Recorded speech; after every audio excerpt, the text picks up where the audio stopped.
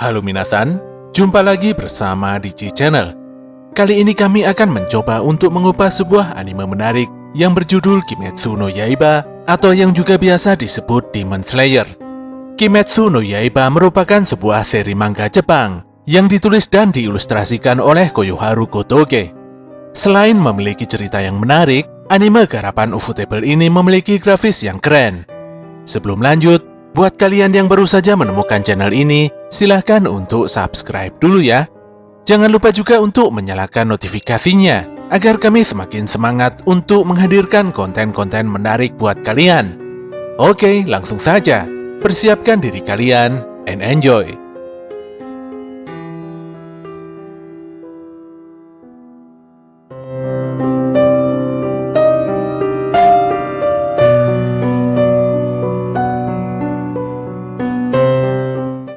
Di sebuah gunung bersalju, hiduplah seorang anak lelaki yang bernama Tanjiro Kamado. Dia adalah sosok remaja yang hidup bahagia bersama keluarganya. Menjelang akhir tahun, dia berencana pergi ke kota untuk menjual arang. Walaupun ibunya tidak memaksa, namun Tanjiro tetap saja berangkat. Hal ini dilakukannya semata-mata demi keluarganya bisa makan yang enak. Ibunya sangat berterima kasih atas kerja keras Tanjiro ini. Selain menjadi anak yang berbakti pada orang tua, sebagai seorang kakak dia juga memiliki sifat yang lemah lembut pada saudara-saudarinya. Hal ini terlihat jelas dari bagaimana dia memperlakukan saudara dan saudarinya. Waktu itu Tanjiro berpamitan dan semua keluarganya melepas kepergiannya dengan penuh harapan. Dia pun pergi ke kota dengan menyusuri jalan yang sudah dipenuhi oleh salju. Sesampainya di kota, dia disambut dengan kebaikan warga kota. Nampaknya Tanjiro sudah sangat dikenal oleh para pelanggannya. Dia juga dikenal memiliki indera penciuman yang sangat tajam. Hanya dengan mencium barang tertentu, dia bisa memastikan semua hal terkait dengan barang itu. Hari ini dagangannya pun laris manis terjual habis. Banyaknya rezeki ini tentu saja membuatnya pulang sedikit terlambat. Hari sudah mulai petang. Tetangga Tanjiro, yaitu Paman Saburo, memanggil dan memaksanya untuk tidak memaksakan diri pulang ke rumah. Walaupun sebenarnya Tanjiro tidak mau, tapi Paman Saburo memaksanya untuk menginap saja di rumahnya dulu. Dengan mimik yang serius, Saburo mengatakan bahwa iblis akan muncul. Selesai makan malam, Tanjiro bertanya pada Saburo tentang hal-hal yang berbau iblis. Sambil menyiapkan tempat tidur, Saburo mengatakan bahwa iblis pemakan manusia selalu mencari mangsa di saat hari sudah gelap. Makanya, jangan berkeliaran di luar rumah saat sudah malam hari. Iblis juga bisa memasuki rumah manusia. Karena itulah sejak zaman dulu para pemburu iblis membunuh mereka. Saat itu Tanjiro tidak mempercayai perkataan Saburo. Dia meyakini bahwa iblis itu tidak ada. Saburo telah kehilangan seluruh keluarganya dan hidup sebatang kara. Untuk itu dia berencana mengajak saudaranya untuk main-main ke rumah Paman Saburo ini. Keesokan harinya, Tanjiro berpamitan pada Saburo dan melanjutkan perjalanannya pulang. Sayangnya, dalam perjalanan ke rumahnya, Tanjiro mencium bau darah. Dia yang khawatir langsung bergegas berlari ke rumah. Nafasnya tersengal-sengal. Seketika itu dia menyaksikan seluruh keluarganya yang dibantai dengan sangat sadis. Dia terkejut dan juga berteriak. Pandangannya kosong dan tenggorokannya tercekat. Hatinya benar-benar sangat sakit melihat semua keluarganya tewas bersimbah darah dengan mata kepalanya sendiri. Ibu, 3 adik laki-laki, dan seorang adik perempuannya telah meregang nyawa. Hanya menyisakan Nezuko seorang, adik perempuan satunya yang sedang dalam keadaan sekarat. Tanjiro berpikir untuk cepat-cepat membawanya ke dokter supaya nyawa Nezuko bisa diselamatkan. Dia pun berlari sekencang-kencangnya, menggendong Nezuko menuju kota. Dalam usahanya, dia berkata, "Kakakmu ini pasti akan menyelamatkanmu." Tidak disangka, Nezuko perlahan-lahan mulai berubah menjadi iblis. Dia tiba-tiba menyerang Tanjiro dan ingin memangsanya. Namun Tanjiro dengan menangis mencoba menahan dan menyadarkan Nezuko.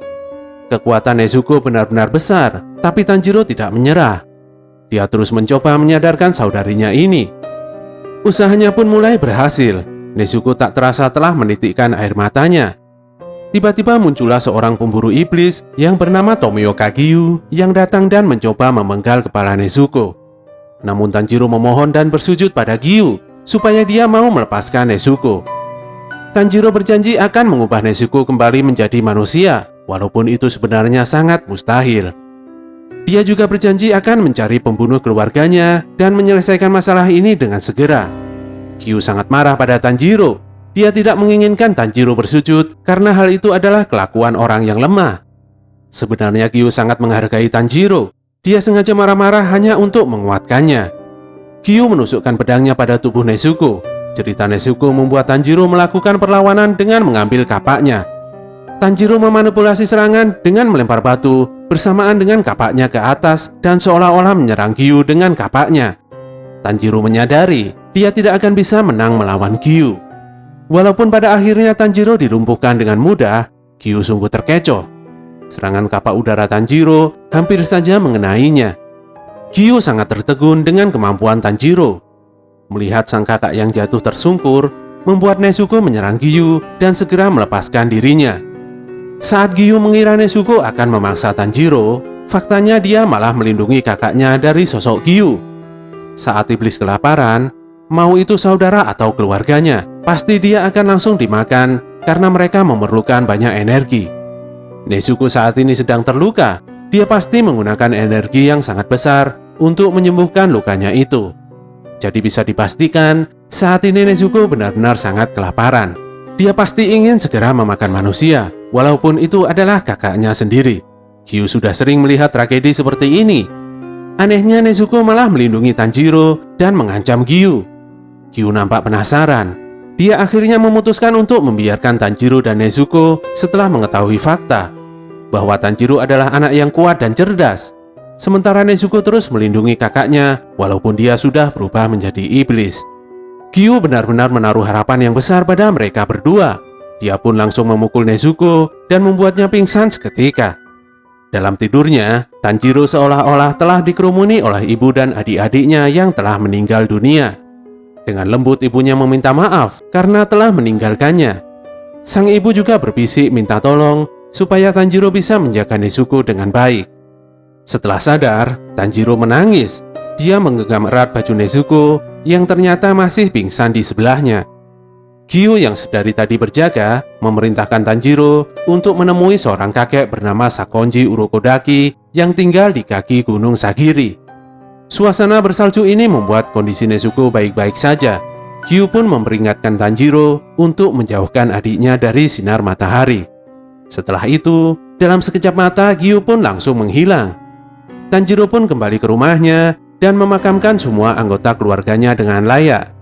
Dengan memendam rasa kesedihan yang luar biasa, Tanjiro dan Nezuko berlari pergi bergandengan tangan menuju Gunung Sagiri ditemani dengan hujan salju yang turun terus-menerus.